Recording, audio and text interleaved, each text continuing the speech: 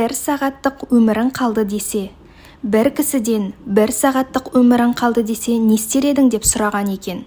Ол 1 сағат бойы тек қана намаз оқыр ем, Аллахтан жарылқау сұрар ем деп жауап беріпті. Осы сұрақты екінші кісіге қойғанда ол бар малымды кембағалдарға таратып сауап жинап қалар едім депті. Ал үшінші адам мен алғашқы жарты сағатымды білім жинауға жұмсар едім, қалған жарты сағатымды сол білімді басқаларға үйретер едім депті. Осы үшеуінің әрекетінің ішінде ең қайырлысы, Аллах тағалаға ұнамдысы соңғы кісінікі екен.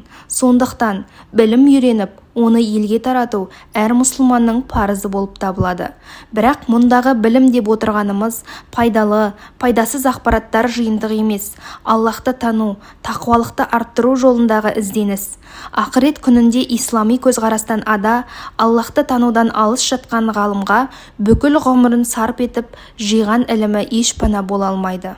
Құрметті оқырман, YouTube және Instagram парақшаларымызға тіркеліп алыңыздар.